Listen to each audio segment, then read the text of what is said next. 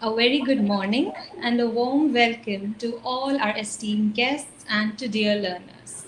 I'm Dr. Ria Tukral from the Homeopathic Academy, and we are here today to discuss a very essential topic, vital force, with Dr. Harsh Nigam.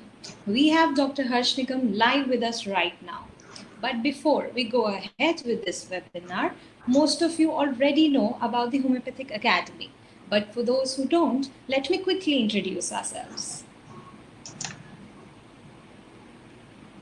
So, the Homeopathic Academy, or THA as we call it, is BJen's effort towards digitalizing homeopathy and providing a platform for quality education online.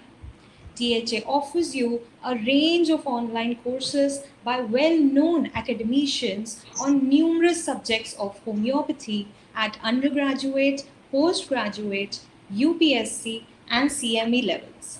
All these courses are enriched with the state-of-the-art audio-video technology, text and vector animations, giving you an HD quality audio and video experience made by a dynamic team of qualified doctors, video editors, and many more professionals. These courses will perfectly complement your studies to make learning an extraordinary experience. On your screens, you can see some of our courses currently streaming on our website www.thehomeopathicacademy.com. You can also see the course on Modus Foundation and Modus Prescriber by Dr. Harsh Nigam himself. Here, Dr. Nigam will teach us how to adapt the concepts of organon in modern clinical scenario, an essential need for all us modern homeopaths. Coming back to this webinar, Dr. Harsh Nigam, can we please have you here with us?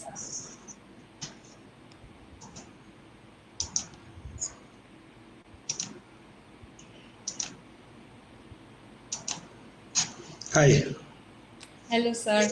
So we have him right here with us. So let me introduce Dr. Harsh Nigam to you all. Right. So Dr. Harsh Nigam is a renowned practitioner and an author of 8 books on homeopathy and 12 research papers published in various Indian journals. Despite having obtained MBBS and MD in physiology, he could not suppress the heritage of homeopathy that he received from his erudite homeopathic father, Dr. Jagdish Chandra Nigam. Dr. Harsh then obtained his membership of faculty from Royal London Homeopathic Hospital, UK. Currently, he is spearheading a multi-speciality OPD hospital at Kanpur, a center of excellence in medical homeopathy, a center now well known for providing research-based medical solutions to various health issues. He aims to establish homeopathy on its scientific merit and to make it integrated with orthodox medicine in such a way that the scope and limitations of homeopathy are well defined. His ambition is to educate young homeopaths, and it has led him to write 8 books on homeopathy. 2 of those internationally recognized books are on your screens: Principles and Practice of Homeopathic Case Management and The Miasma, A Road Less Traveled.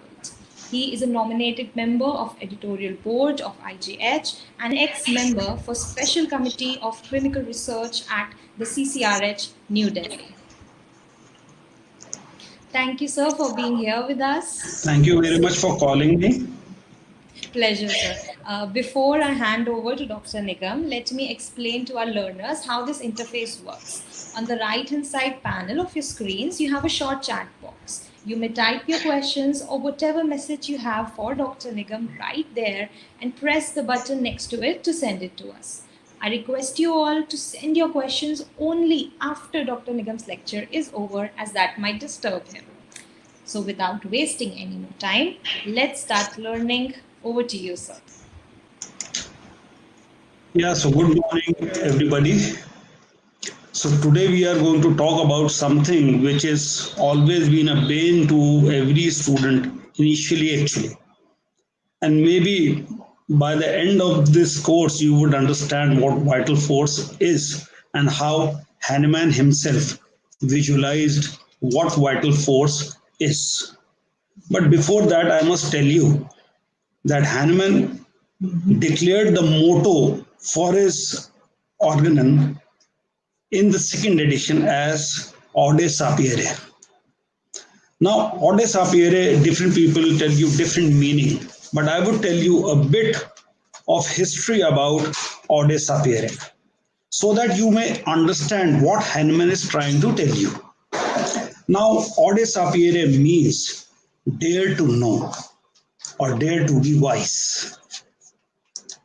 Now, before Hahnemann, there were two people who used Ode Sapere. They were Horace and Immanuel Kant, both philosophers and both enlightened people. Now, Horace, in his first book of Epistle, used a line which was dimidum facti qui coipe habe sapere ode, which means he who has begun is half done. Then sapere ode means dare to be wise. Now, this means that he who has begun is half done. Dare to be wise. Make a beginning. Now, what do you make a beginning of? Homeopathy? No. Before entering into the field of homeopathy, you make a beginning of medical enlightenment. And that is why Hahnemann has used this motto. I would elaborate further.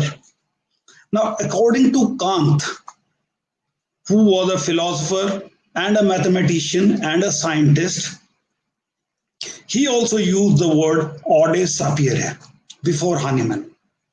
And for Kant, enlightenment is man's release from self-incurred tutelage. Now, our tutelage in modern day is materialistic tutelage. We have been taught about material sciences.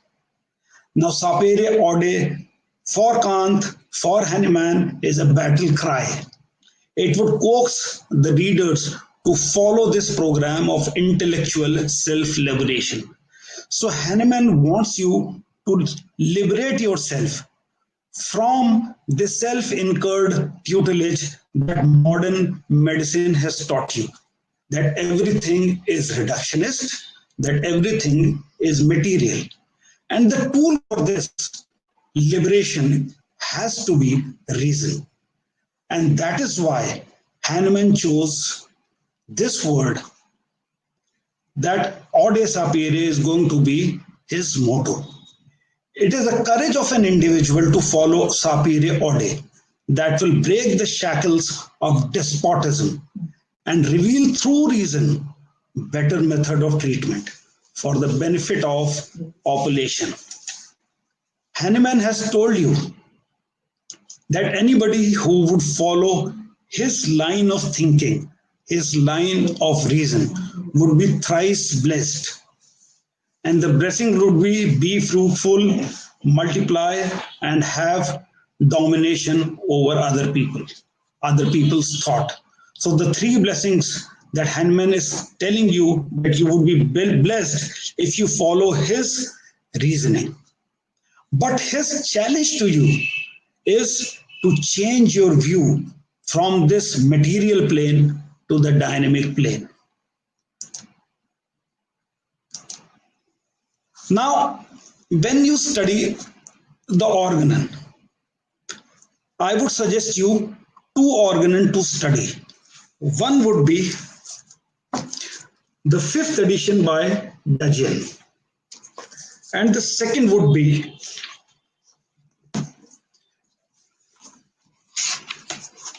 the organon of the medical art. This has been written by Vinda Brewster Auriele, and this is a modern medical, modern language adaptation of the organon 6th edition.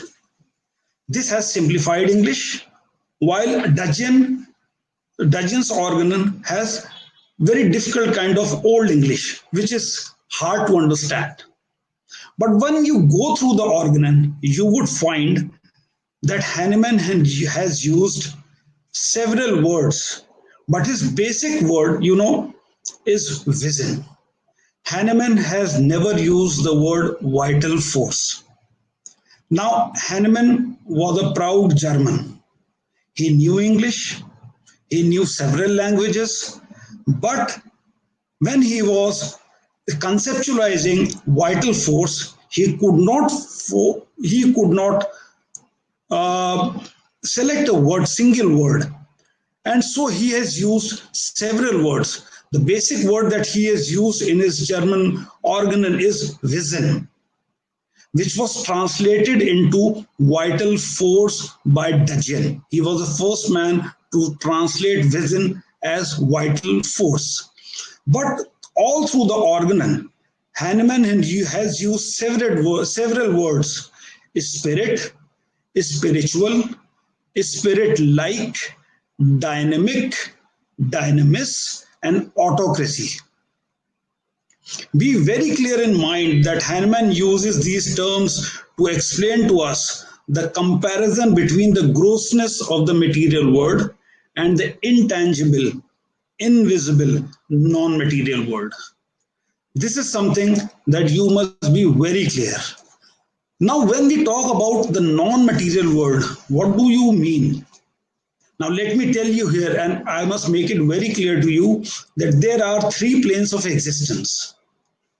The one is virtual, the other is the dynamic or the quantum plane of existence, and the third is the material, the things that we see. Let me elaborate further.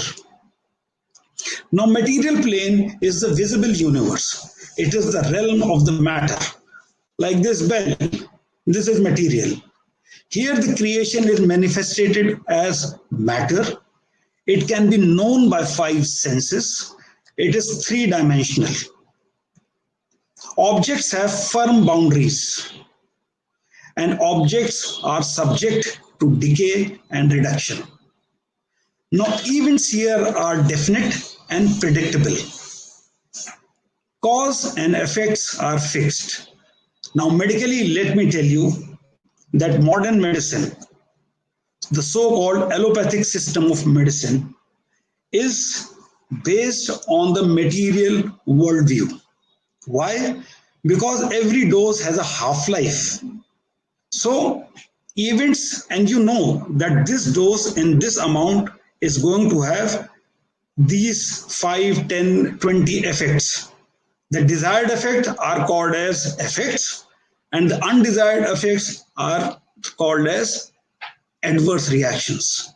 But the cause and effect are fixed because you give a dose of 650 milligram of paracetamol, then you would have antipyretic effect for 4 hours.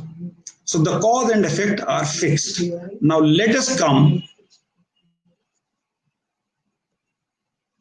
to the dynamic plane, the plane where homeopathic medicines work.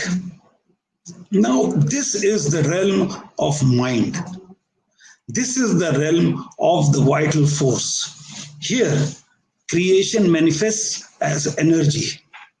Information is embedded in energy.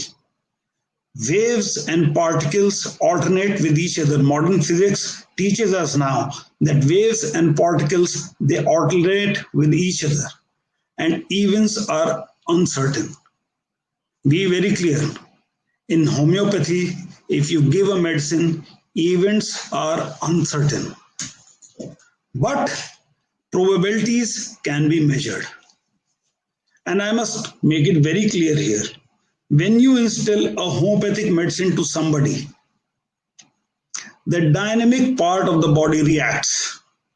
And when the dynamic part of the body reacts, there are only 10 probabilities which have been classified by Kent himself. There are 10 probabilities, and your next action and the choice of your next remedy would be based upon what the patient displays, which phenomena the patient displays, whether it is initial aggravation followed by amelioration, or whether it is initial amelioration, then the decline. So there are 10 possibilities in homeopathy. But be sure, events are uncertain. Then what is virtual? What is a virtual domain? Now, virtual domain is something which was indicated by Albert Einstein as time-space continuum. In past literature, it was referred to as eternal, unmeasurable, infinite dynamism, unbounded. Every point in space is every other point. Wholeness exists in every point. Let us forget about this, because this virtual domain is the realm of soul, and homeopathy does not work at the realm of the soul. I would again quote Kent, who says that anybody who has a sick body, who has a broken bone, who requires surgery, must go to a surgeon. Anybody who has a broken soul must go to a priest. Rest all should come to a homeopath, and he's true. So now we see that there are three planes: the virtual plane, the field of soul; the quantum or the dynamic plane, the field of mind and vital force; the material plane, the field of physical existence. Now let us enter into Hahnemannian thought. In homeopathy, we are particularly concerned with the dynamic plane. The dynamic energy Hahnemann has discerned as two: the mind and the vital force, that is, the vision. Now, there is no exact synonym of vision in English. That is why Dajian, after a lot of thought, coined the word the vital force. But in Indian thought, in Indian philosophy, you have an exact Sanskrit word for vision, and that is prana. In India, it is said that प्राण सब में बसते हैं. पत्थर में प्राण होते हैं, पेड़ों में प्राण होते हैं, इंसान में प्राण होते हैं. And this is the concept of vision as Hahnemann has given you. Hahnemann saw in the body but an organism made up of material particles by themselves dead, but vivified, embodied, and adapted to the environment by the spirit within. It is very simple. If I take the vital principle out of you, your body dies and it is subject to decay. Why it decays? Because it cannot adapt to the environment, and the environment eats it. You are alive because of something vital inside you. Remember, Hahnemann was a vitalist, and we have to believe in the theory of vitalism if we are to enter into the real spirit of homeopathy. Now quoting aphorism 10 from the organon: the material organism without the vital force is capable of no sensation, no self-preservation. It derives all sensations and performs all the functions of life solely by means of immaterial vision. The life principle, the vital force, which animates the material organism in health and in disease. For example, you have a bulb in your house which is not lit, so it is dead. Once you pass electricity through it, it vivifies. It comes to life and starts throwing light. Now, this is the concept that Hahnemann is telling you.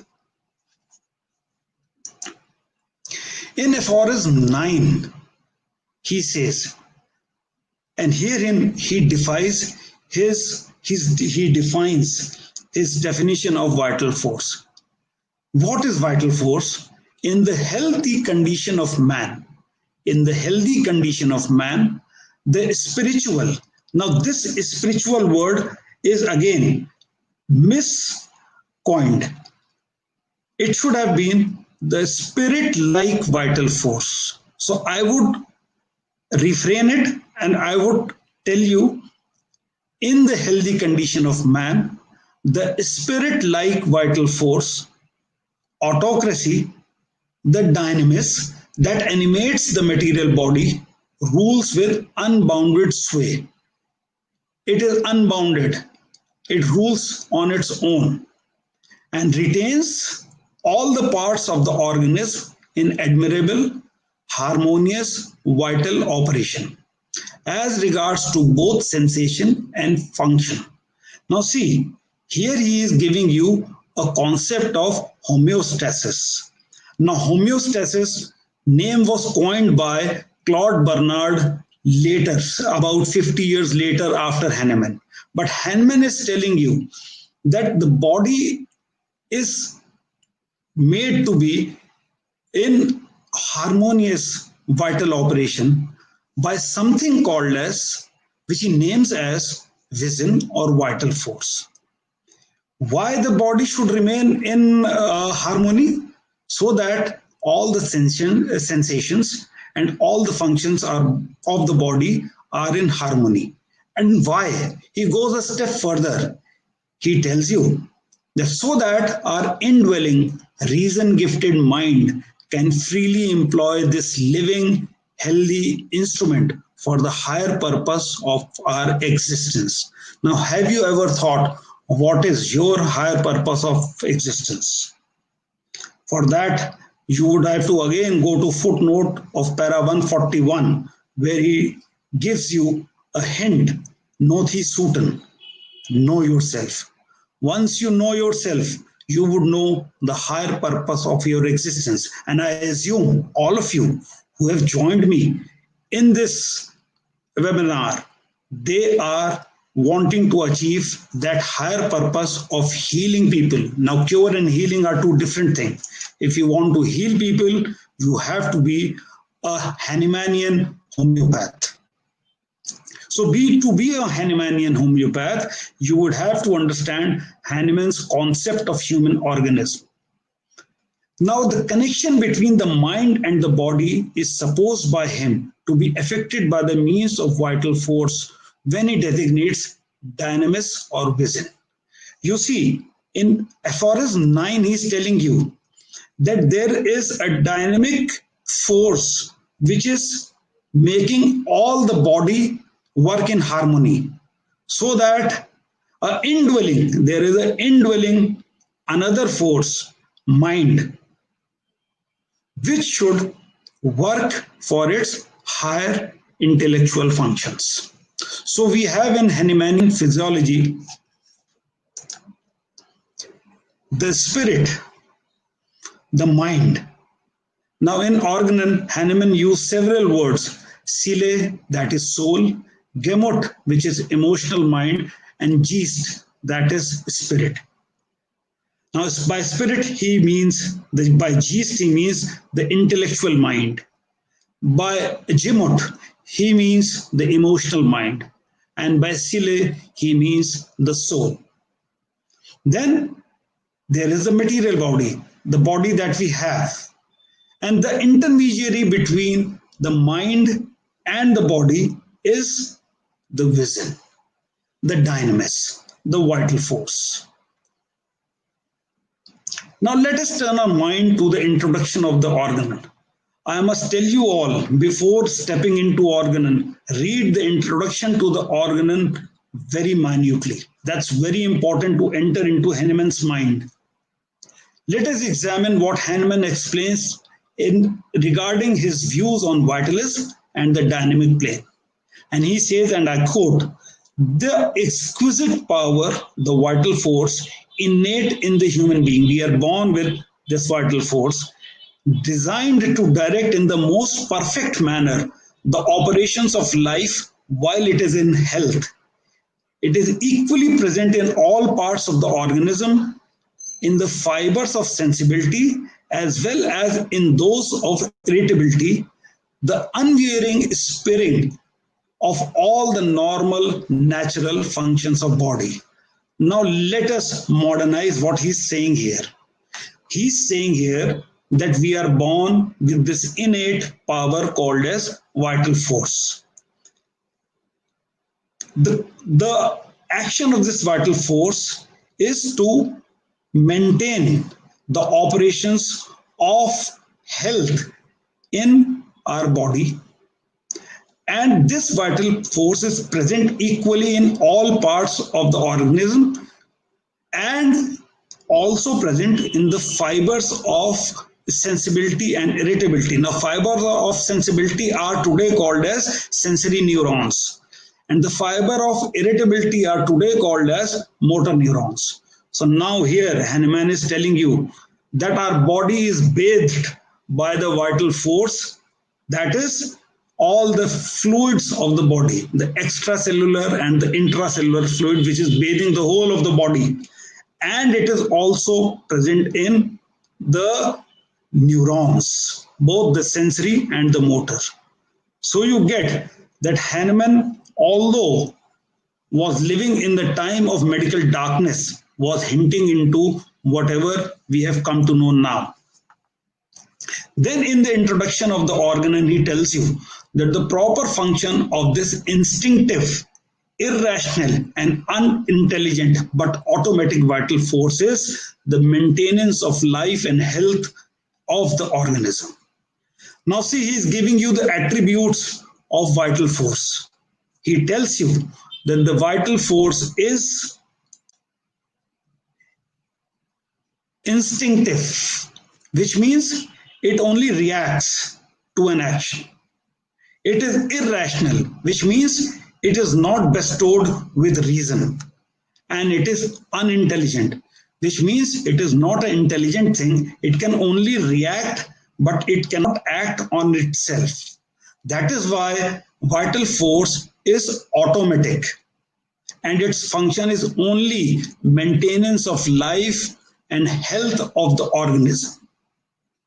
He further says that the vital force, which of itself can only act according to the physical constitution of the organism and is not guided by reason, knowledge, reflection, and judgment. Now, reason, knowledge, reflection, and judgment are attributes of the mind. Your mind acts on these attributes, but the vital force is irrational. It is unintelligent. It knows only how to react. That is why your vital force reacts to the medical potence that you give. Now, coming to the attributes of vital force, the vital force by itself cannot restore. This is what Hahnemann has quoted, and I'm quoting Hahnemann from the introduction. The vital force by itself cannot restore the organism to health. It was not given to man to be regarded as the best possible curative agent to restore deviation from health to normal condition. Now, this part is very, very important to understand. People often accuse that Hahnemann has copied Paracelsus. But these lines, they tell you that Hahnemann has deviated from Paracelsus. He started with the inspiration of Paracelsus, but his reason told him that Paracelsus is wrong when he's talking about treatment of diseases. What Paracelsus told us?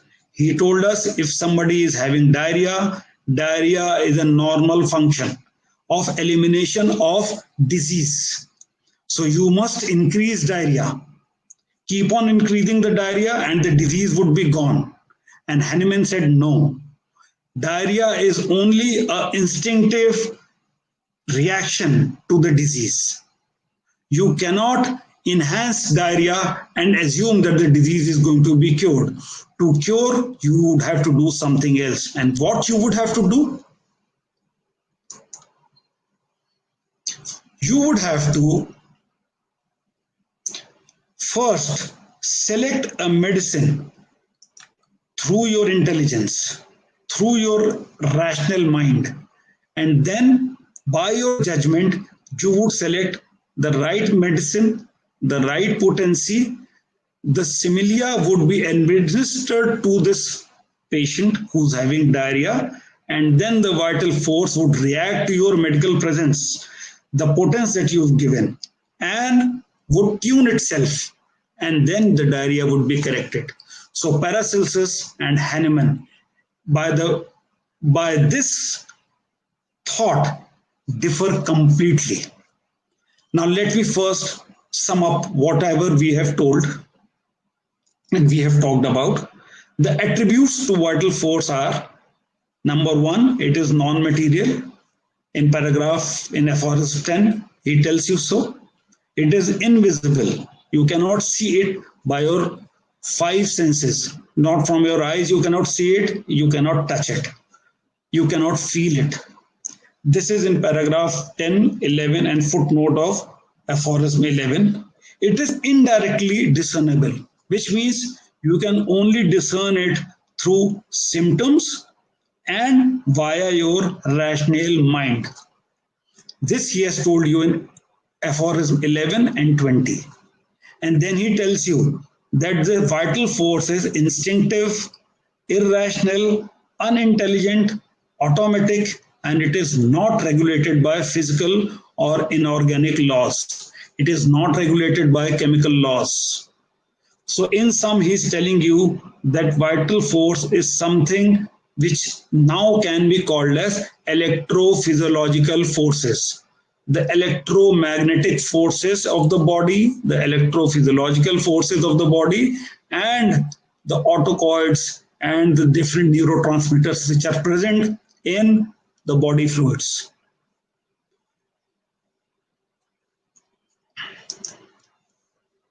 Now let us talk about the homeopathic process, how this vital force can be guided for cure.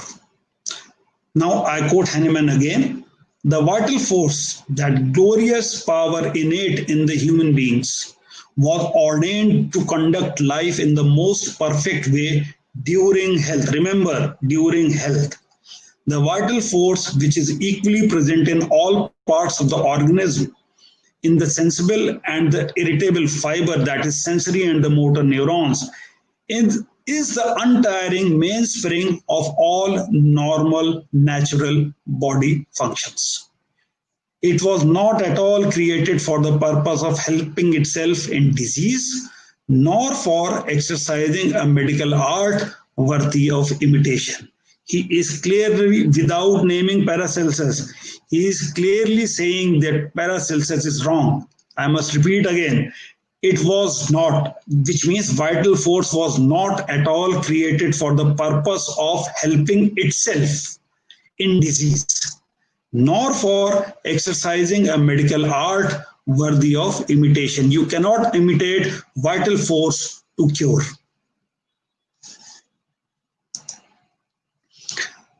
The homeopathic process further tells you the true healing art is that reflective work, the attribute to the higher powers of human intellect, of unfettered judgment and of reason. We come back to reason. Now, Organon is an ode to medical reason. If you are reasonable, then you would understand at every step what Hahnemann is trying to tell you through his Organon. So your homeopathic art, the true healing art, is a reflective word. You would have to think before giving medicine. And it depends upon the power of your intellect and unprejudiced. By unfettered, he means unprejudiced judgment and on reason. He further says, true medical art is that cognitive pursuit which develops upon the higher human spirit, free deliberation, and the selecting intellect which decides according to well-founded reasons. And Organon will give you all the well-founded reasons on which you must prescribe. It does so in order to correctly tune the instinctual, automatic, and energetic vital force. Now you see, through your intellect, you are going to tune the instinctive, automatic, and energetic vital force. When the vital force has been mistuned, and disease for a homeopath is a mistunement of vital force. And this happens why? In acute, because of acute causes, in chronic, because of activity of miasma. The vital force become mistuned and you have to tune it back. So it correctly tunes the life force by means of an affection similar to that of disease, engendered by a medicine that has been homeopathically selected. So you select a similia, a simillimum. Now this simillimum is now given to the person, to the system which is affected. Now, what is a simillimum? It is a similar disease. So Hahnemann has defined homeopathic medicine as a disease producing potence. It produces a disease, although it is an artificial disease, and your vital force reacts to this artificial disease, which we call as homeopathic potence, and thus it tunes itself. Now coming to the last step in understanding of the vital force, and I would like you all to be with me all through this last step. I would come back to para 9 again. Now in para 9 you would see, that is in aphorism 9 you would see that in bracket he has given a name, autocracy. So in aphorism 9 he says, in health, the spirit-like vital force, that is autocracy, the dynamism that animates the material body, rules and retains all parts of the body and harmonious vital functions and sensations. Now let us focus on the word autocracy. Now we know by now that vital force or this autocracy is an intermediate agent between the mind and the body, and it enables the mind to control the body. Body is not directly controlled by the mind. The body is controlled via the vital force by the mind. So it would be unwise to suppose this vital force as an organized entity. Now this vital force is not a thing. It is not an object. Because if you start thinking vital force as a thing or an object, then your vital thought, your dynamic thought is lost. Now vital force is intangible, invisible. It is like the wind. It is like the wind which is passing through the body. It is like the water which is flowing in your body. All the water, all the wind. Now what is wind? It is all electrophysiological force. Sum total of all the electrophysiological force. What is water which is flowing in the body? It is sum total of all the extracellular and intracellular fluid. So if you were to think of a thing, then the concept of vital force would be lost. You know, Hahnemann is actually doing a thought experiment on you. If you've studied philosophy, you would understand the meaning of thought experiment. Vital force is a thought experiment by Hahnemann onto you, so that your mind starts seeing what dynamis is. So that you jump from the material plane, your mind jumps from the material plane to the dynamic plane and starts understanding. When I say the mind sees, mind is not going to see, the eye is going to see, the mind is going to understand what dynamis is. So it is unwise to suppose this vital force as an organized entity or a thing or an object. So Hahnemann categorically states in footnote aphorism 11. Now Hanuman was a wise man, and I must tell you a little secret here that Hanuman, when he wrote his first organon, he quoted as a motto a different thing. He quoted a poem, a few lines of a poem written by Gellert. And then you translate those lines, they are: the truth we mortals need, us blessed to make and keep, the all-wise slightly covered over, but did not bury deep. This was the first motto that Hanuman used in Organon first edition. But then he changed this motto. I must tell you why. The last two lines are important. The truth is always slightly covered over by God Almighty. And it is covered over but not buried deep. Then Hanuman thought how I must bury my real thoughts.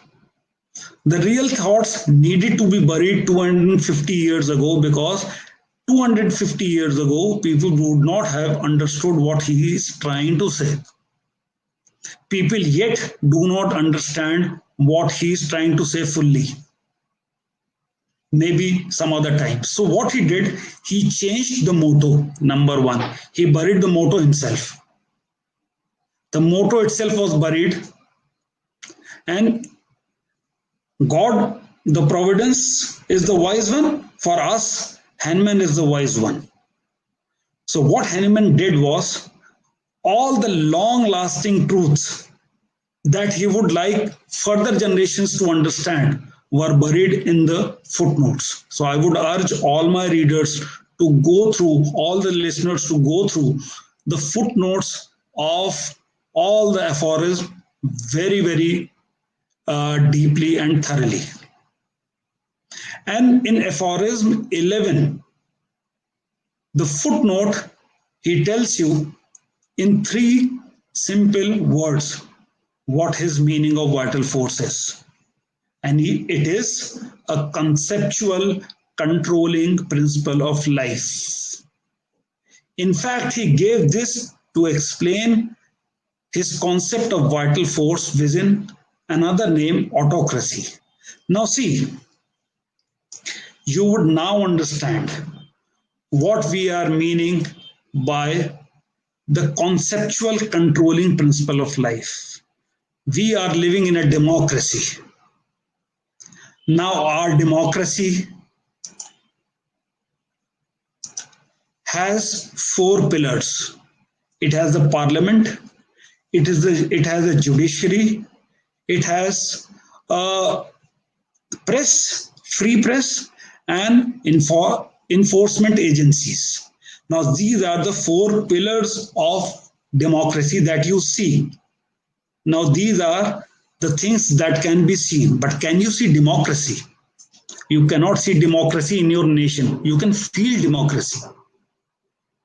You can understand democracy, but you cannot see democracy. It is not a thing. It is a concept based on which parliament, judiciary, enforcement agency, and the press works.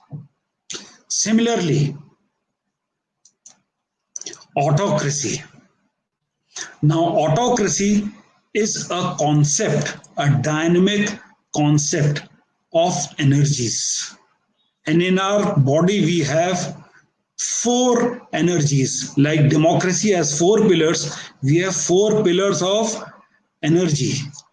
One is the creating energy, the energy that creates. The other is the destructive energy, the energy that destroys. The third is the resisting energy, the energy that resists foreign invasion. The fourth is the balancing energy, that which balances all of these energies into a harmony so that we remain healthy. Now, what are the systems of creating energy. The creating energy has three systems. All the reproductive mechanism of the body. Now we can see reproductive organs. We can understand reproductive processes. All the repair mechanism of the body, or all the anabolic processes of the body. On the other side, the destructive energy is represented by apoptotic mechanism, the programmed cell death, PCD. This is a apoptotic mechanism and all the catabolic processes. The resisting energy is your immune system, the immunity. And the balancing energy are all the autonomic, hormonal, and autoregulatory mechanism of the body. So you can see autonomic, hormonal, autoregulatory mechanism.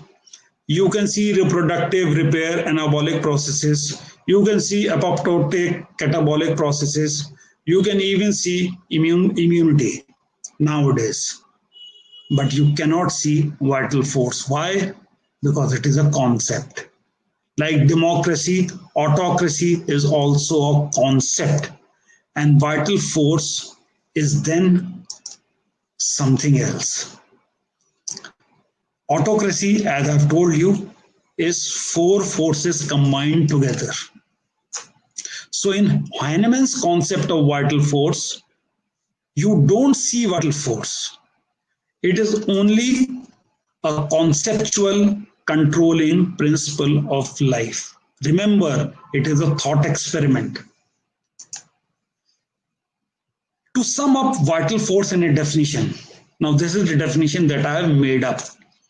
I may not be completely correct in envisaging the whole of what Heinemann has said, but I had to modernize this concept of vital force. So for me, vital force or the dynamis or the vision is not an organized entity or a thing or an object, but is purely non-material, invisible, inherent, conceptual, controlling inner force or energy that controls the molecular, chemical, and mechanical processes and uses these processes for maintenance of sensation, function, and for self-preservation. So this is all I would have liked to instill to you about vital force. Dr. Ria? Yes, sir. Thank you so much, sir. Thank you. I'll just stop your presentation. Yes, that was indeed very enlightening, sir. I would like to request all our dear learners to comment in the chat box with their questions now. Those who are watching this webinar on YouTube can also comment there with their questions. We will begin the question and answer session in a minute. And while they are doing so, Dr. Harsh Nigam, can you please say a few words about the course that we have done at THA with you? Okay, now guys, in this course that we have programmed for THA, there are two basically courses. One is the fundamental course, wherein you would get to know the real concepts of homeopathy. There would be no, gray areas. There would only be black and white answers to questions like what is constitution, what is a symptom, what is a characteristic symptom, what is the keynote symptom. So you would get all the answers, how to classify the disease, how Hahnemann classified the disease. Then there is a prescriber course. Now in the prescriber course, what we are doing is we are teaching you all the steps to prescribing so that the prescribing becomes more or less universal. We are giving you standard operative protocols. Now you must remember that Hahnemann's Organon is not a book of philosophy. It is a book of standard operative protocols. Hahnemann in his time had a clear thinking. So he wanted to give a standardized way of functioning to us, to one who follows all his reasoning and accepts it. Now we have tried to do so, but we have added other concepts, other prescribing techniques which were added later on by great masters like Burnett, like Isiaga, like Ortega, and we have tried to be unprejudiced. As a rational medical practitioner, homeopathic practitioner of today, I realize that there is no single way of doing homeopathy. You have to become Hahnemann in one case, you have to become Kent in another case, you have to become Burnett in another case. So you have to become everybody. You have to be a great chameleon. You must know where to prescribe in which way so that all your prescribing becomes standardized. And this is the way homeopathy should work. And I am interested in the young generation. The young generation must know how to repertorize, which is the least taught thing in your medical school. They must know how to repertorize fast with their computers. They must all have their computers.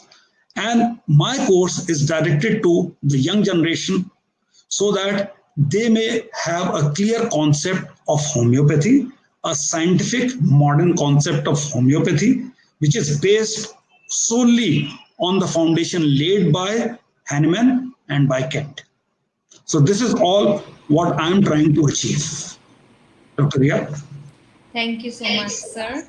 I would like to inform all our learners that THA has come up with an offer on the right side of the screen where you're writing your questions. There is an offer section and you can see the offer on the combined course of Modis Foundation and Modis Prescriber on THA.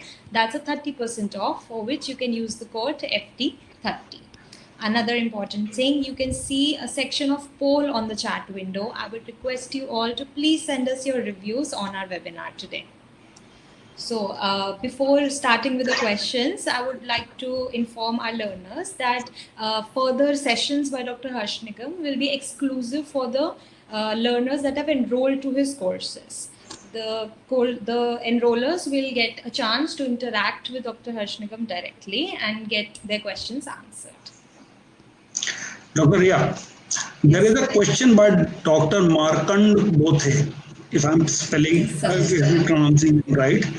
And he writes that some of the doctors said that oxygen is vital force. Is it correct or not? Now, let me tell you. Let us talk about, most of us are Indians and we have been taught about the philosophy, the Vedic philosophy and all. And I must tell you, in India, homeopathy has survived because homeopathy is finely attuned with our way of thinking. And I must also tell you that homeopathy is actually a part of Ayurveda. Now in Ayurveda, there is a thing called as Sukshma Chikitsa. Now this Sukshma Chikitsa is nothing else but homeopathy. There are two sutras in Ayurveda. One goes by the name Vishasya Vish Aushadam. Zahar hi zahar ko kaatta hai. Poison is the remedy of poison. We all know about that. This was given by Nagarjuna. Nagarjuna also gave another sutra which was called as, which he wrote as Mardhanam Gun Vardhanam. Jitna ghisoge utna aushadhi ka gun bahar niklega. Now see what we do. We potentize. We serially first we attenuate.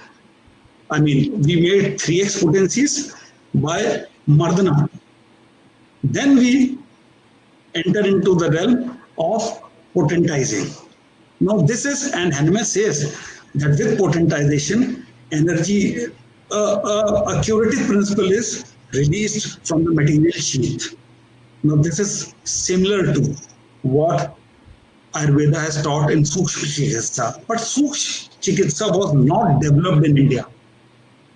And Hahnemann must be given credit for developing Sukshma Chikitsa into a whole system which he named as homeopathy. So when somebody says that oxygen is vital force, he or she is partly true. See, compare vital force to the concept of prana. You can read that in my book, the concept of prana. Now, oxygen is not simple prana. The air you breathe in is the prana that you are breathing in.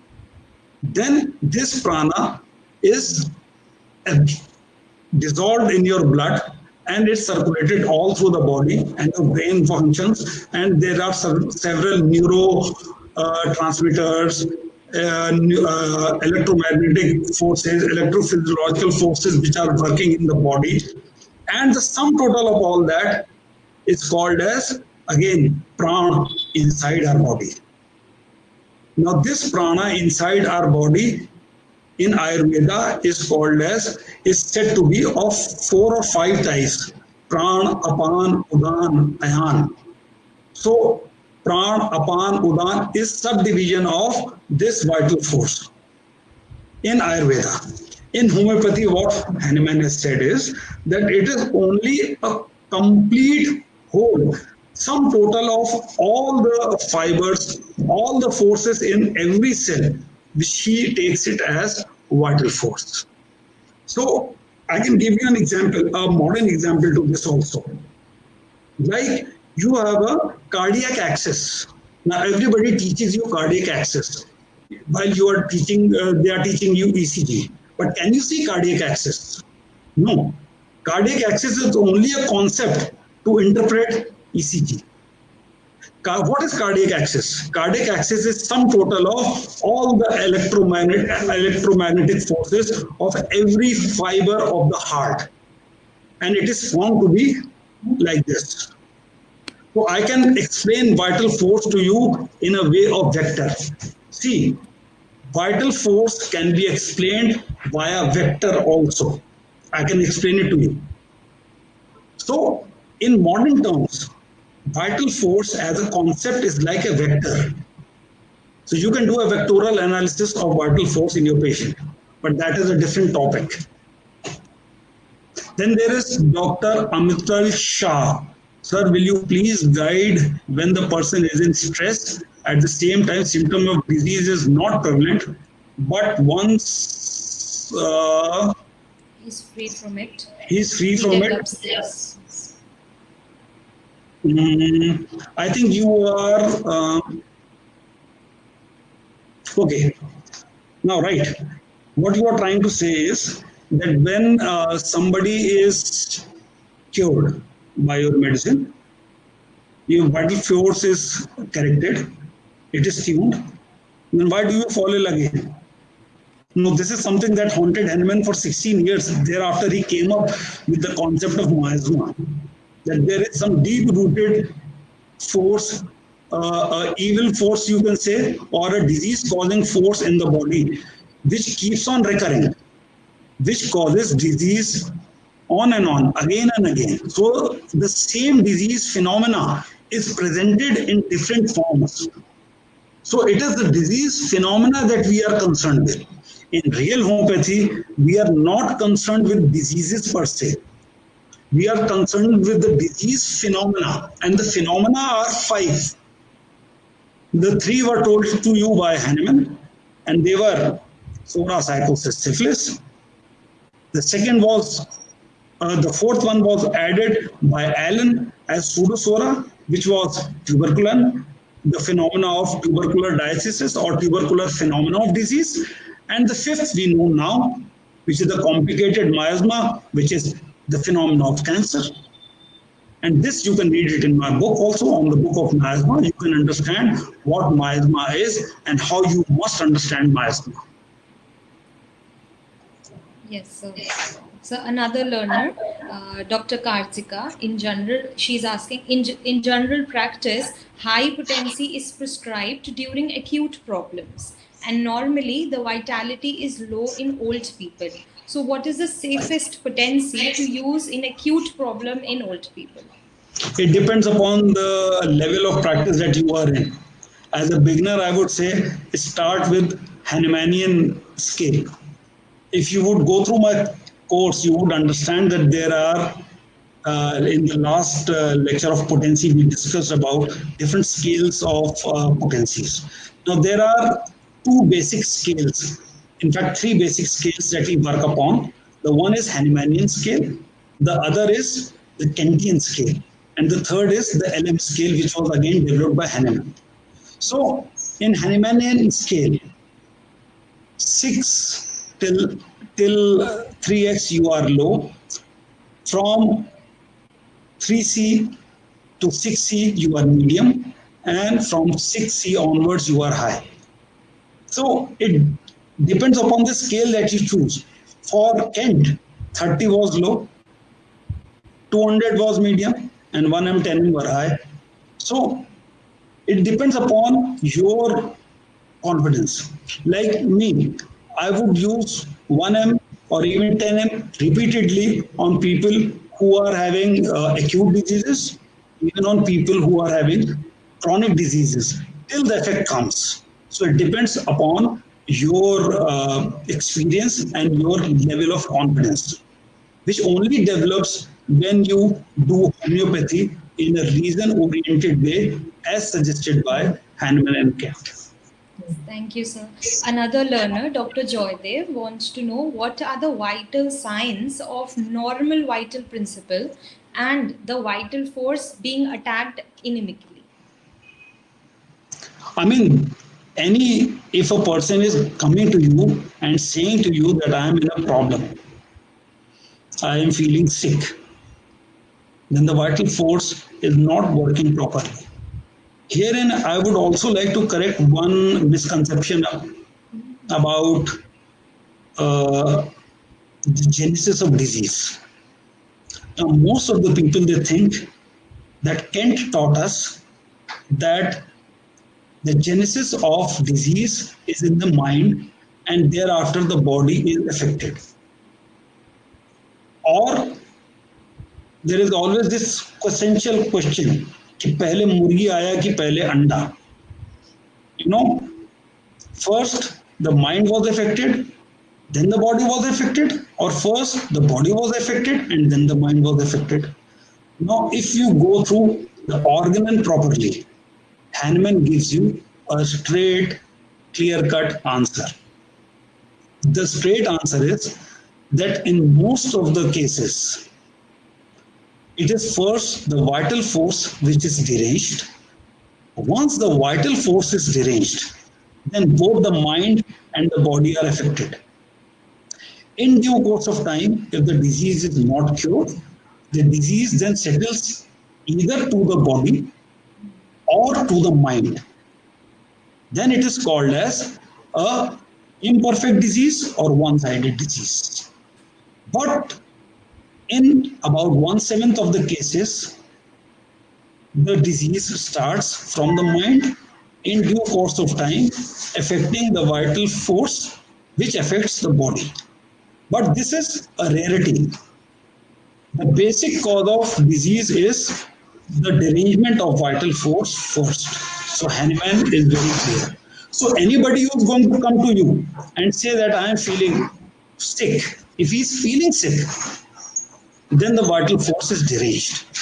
He cannot feel sick if the vital force is healthy. If the body, see what Hahnemann has said, if the body is, if the vital force is working in harmony, the body is working in harmony, the mind is free. So that the mind is healthy, so that you can think about positive things in life. You can achieve your higher purpose of existence. And once your vital force becomes deranged, your mind also becomes deranged and you start feeling sick. You first feel sick. This is stage 1 of a chronic disease. You feel sick, although there are no signs. Then the signs come. This is stage 2 of the chronic disease. The signs have come, but there is no alteration of structure. And then the stage 3. the structure gets altered. Now, when the structure is getting altered, which means now the disease, the derangement of the vital force is shifting towards the bottom. And eventually, the structure is altered, the body is altered. This is the stage 3 of a chronic disease. And eventually, if the disease is not cured, multiple organs are going to be deranged. Their structure would be altered, their functions would be altered. This would be an end stage multisystemic disease, stage 4 of the disease. And your prescribing is going to change accordingly in the modern day and age.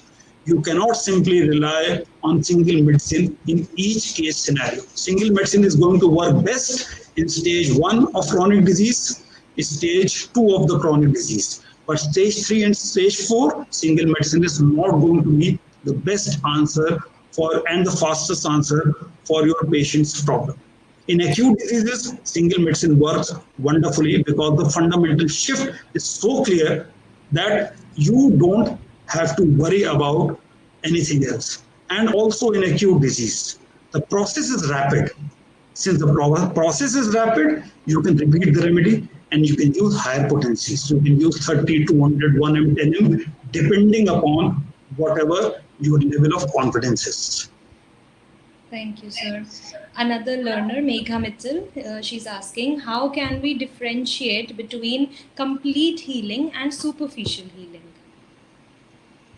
See, what I've come to understand now is, after say about 28, 29 years of experience, if the patient stops coming to you and doesn't come to you for 4, 5, 6, 7 years, he is healed. He or she would be sending you many patients, but would not be coming. This is complete healing because they are well settled in their lives and they are doing whatever they are intended to do, whatever their purpose of existence are.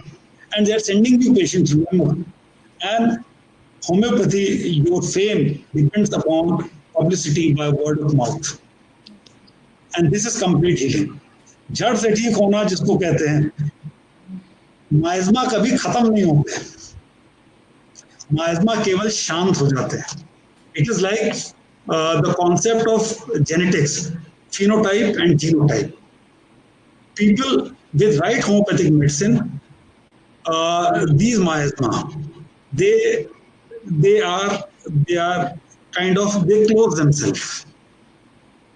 But in due course of time, I would say, if you give homeopathic medicine and somebody is not going to fall sick again all through his life, is wrong. The miasma may flare up.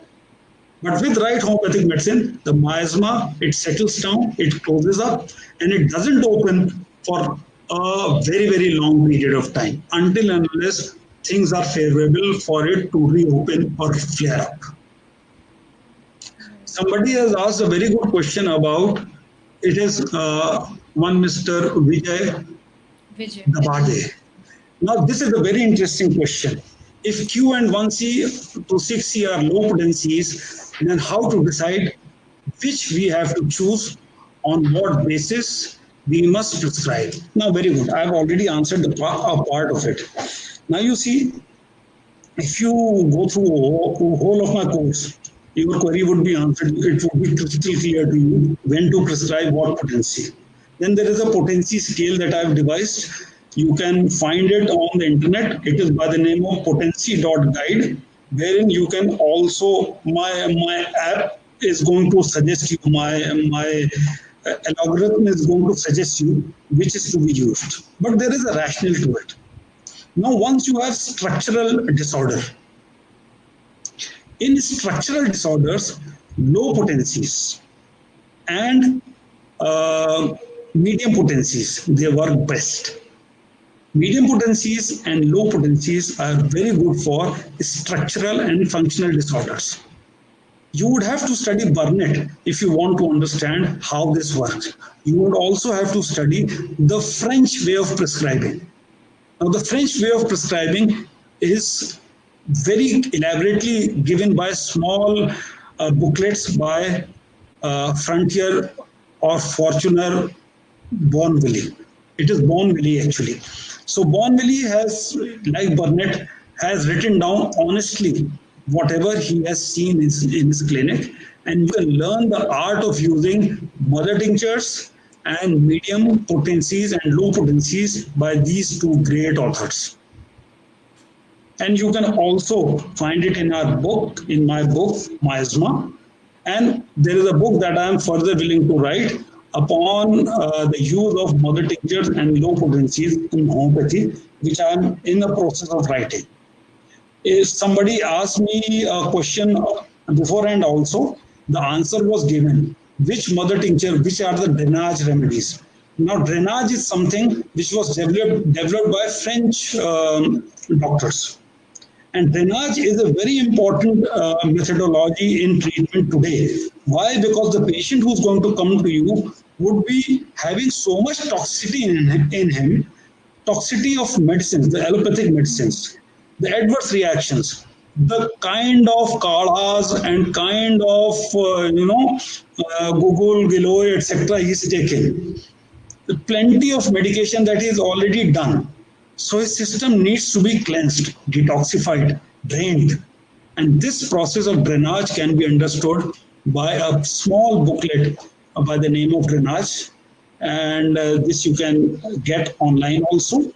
And it can be understood by how Burnett worked. You must all read Burnett's small little books and Barnwell's small written books. They are all available at BJAN. Thank you, sir. So another learner wants to know how the homeopathic medicines act on the vital force to heal it. I don't know. Nobody knows. How this happens, nobody knows, because this happens in the, so to say, as Hahnemann has said, in the invisible interior of man. So this is happening in the invisible interior of man. I don't know. Maybe further down the ages, when science has this capability of looking into the invisible interior of man, we would come to know how homeopathy works. But it works is a given. And it works in the exact fashion how Hahnemann has told us and how Hering has told us, that you give the remedy in chronic disease, you wait for a reaction, you see 5 amongst 10 reaction, one is going to happen, you choose what is next to be done, and you would always see in a chronic disease retrograde metamorphosis of disease, as it was told to you by Allen. Read Allen. If you want to understand miasma in depth, read Allen. He tells you retrograde metamorphosis of disease. The disease, the phenomena reverses. And once the phenomena reverses, you see the Hering's response. There is exteriorization of disease. I now believe, I used to laugh at this theory when I was doing my MBBS and doing my MD, and I was sitting with my father when I was doing my MD, and I used to laugh at it. But now, in each and every case, I see this happening. So this happens, cures happen, unimaginable cures happen, and it happens because homeopathy works. How it works, I don't know. Thank you, sir. Another interesting question. Can vital force be compared to vital capacity? Vital capacity is one part of the vital force. Vital capacity, yes, it is a part of the vital force. Your cardiac axis is a part of vital force. The sum total of all the anabolic phenomena is part of vital force. All the catabolic processes are a part of vital force. Everything, every process in your body that is going on, in the material body is going on. It is like a two-way channel. Vital force is controlling it, and there is a negative feedback loop through the vital force to control it even better. So if this negative feedback loop is disturbed by any external influence or internal influence by stress, then you have disease. So our body works on negative feedback loop, and our vital force is, again, not a thing. It is something, which is constantly happening in the body, in every part of the body. So vital capacity is also a part of the concept of vital force. All the neurotransmitters, all the hormones, all the things that are in your extracellular fluid, They are also a part of vital force. And if you are to compare anything to vital force, and Hahnemann also did so, although unknowingly, is when he was telling you the defect of leaching and bloodletting. He told us that when people do bloodletting, they drain off vital force. And he is true. Because when you are draining blood, blood is what? Blood contains everything. And through blood contains oxygen also. Through blood, you are draining out vital force, which means when the blood is drained out, vital force becomes weak because that a substantial amount of blood is drained out. So blood is a material manifestation of, you can say, vital force. So I would say all the blood, all the extracellular fluid, all the neurotransmitter, all the hormones, and electrophysiological phenomena, they all combine to make up this concept of vital force. Thank you, sir. So the questions are not stopping, but we're running out of time. So let's take a few more, just one or two more, and then we'll wind up. So another learner wants to know, how do you see Sora, the deeper essence behind Sora? Oh, very good. Now you must understand one fundamental thing here. What is Sora and what is Soric theory of disease? You must catch hold of my book on miasma, and I've devoted a full chapter on Soric theory of disease. Now Hahnemann himself did a slight bit of mistake. He named both the things as Sora. The Soric theory of disease is something else. Allen has explained it beautifully. The Soric theory of disease and the action potentials of diseases. So you would have to read Allen, read my book also. In depth, you can read it in Allen. So there is a Soric theory of what is Sora. Sora is altered vital force. See, if we are going to take vital force as a vector, now this is a conceptual vital force. This is the positive vector, the positive part of the vector, and this is the negative part of the vector. The vital force, if it is a vector, it is going to, this arrow is going to take you towards health. Yeah? Now when this is diseased, it is mistuned. When it is diseased, it becomes Soric. It becomes like this. Now here it was health, and here it is disease leading to death. Health leading to positive life, disease leading to death. It becomes slowly altered towards disease. Now this is the Soric theory of disease. Altered vital force is Sora. Now that is why Sora is the fundamental cause of all disease. And then there is Soric phenomena of disease. Then there is syphilitic phenomena of disease. Then there is the leutic the psychotic miasma, the phenomena of disease, which is called as miasma. The Soric miasma, the psychotic miasma, and the syphilitic miasma. The Soric miasma is typified by itch and vesicle. Remember, itch, tetter, and vesicle typify the Soric miasma, not the Soric theory of disease, but the Soric miasma. The syphilitic miasma is typified by the ulcer and the bubo. Mind you, the ulcer and the bubo. And the psychotic miasma is defined by gleat and the excrescence, the condylomata. So you see phenomena and the end of phenomena. So that is Sora, the miasma, and this is Soric theory of disease, wherein vital force is polluted. And Hahnemann used the word miasma is actually pollution. What Hahnemann means is that this Soric, this vital force, which was clean, which was working towards health, the vector was going towards health, is now polluted, slowly poisoned, and turns towards disease. and death. I hope I have answered you well. Yes, sir. Thank you so much.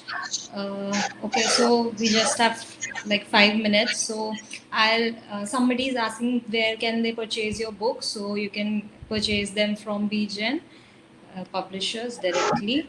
And also, we'll be coming up with another webinar with Dr. Harsh Nigam only for the enrollers of the course. Yes, sir.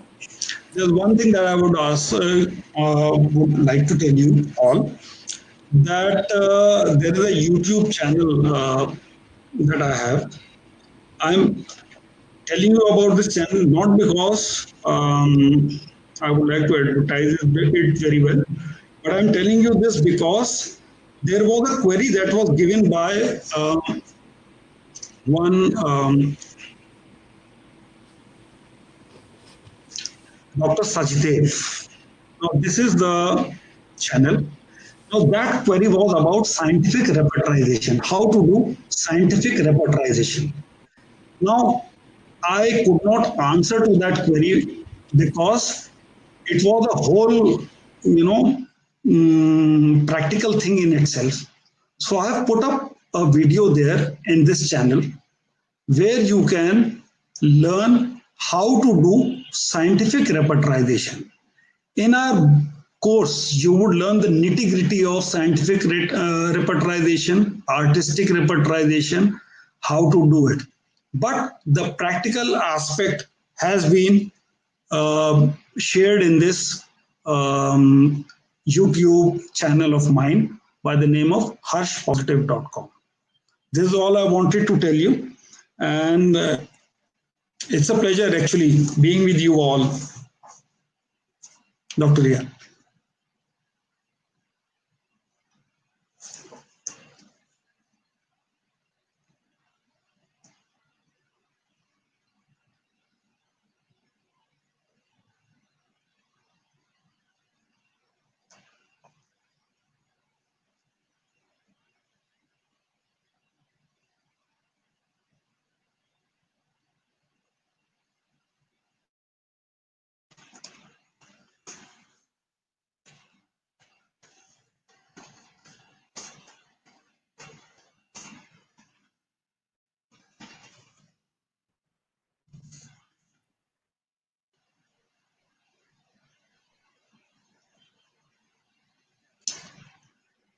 If I'm online, then I would like to answer one more query.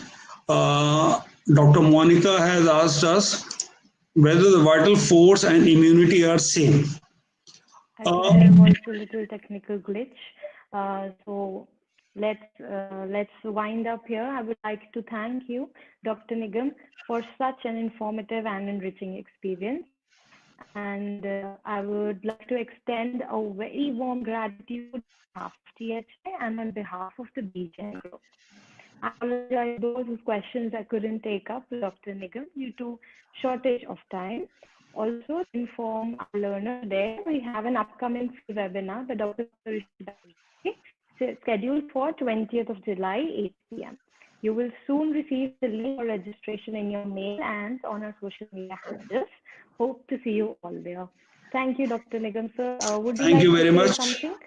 Yeah, good to be back. Would like to be back again and again and share my experiences with you. Always remember that I don't know everything about homeopathy. I'm also on a path, on a journey towards achieving what Hahnemann and Kent could achieve. Okay, thank you, Dr. Nigam. Thank you, sir. I would like to thank all your learners, the homeopathic fraternity, who joined us today, and of course, Team THA, who has been working hard to make this webinar as well as THA a success. Thank you so much. Have a great day. Keep learning and keep improving.